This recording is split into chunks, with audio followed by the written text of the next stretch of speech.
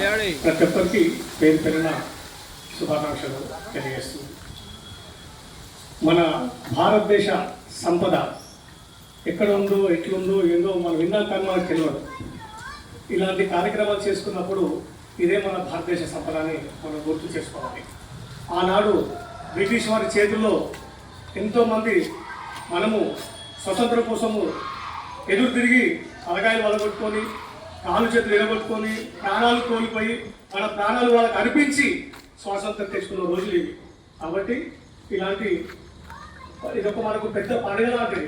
స్వతంత్రం అంటే ఆ రోజు ఎన్నో దేవుళ్లకు, ఎంతో నాయకులకు, ఎంతో స్వతంత్ర సమరయోధులను గుర్తు చేసుకుంటూ ఈరోజు మనం ఇలాంటి కార్యక్రమాలు చేసుకుంటే ఇంకా రాను దేశం ఎక్కడికో పైకి సాగుతూ వెళ్తుందా అనేసి ఇతర దేశాల్లో కూడా మన దేశం గర్వపడే విధంగా ఎదగాలని చెప్పి కోరుకుంటూ ఫెడరేషన్ నుంచి మరొకసారి ప్రతి ఒక్కరికి శుభాకాంక్షలు, ధన్యవాదాలు తెలియజేసుకుంటూ నమస్కారం.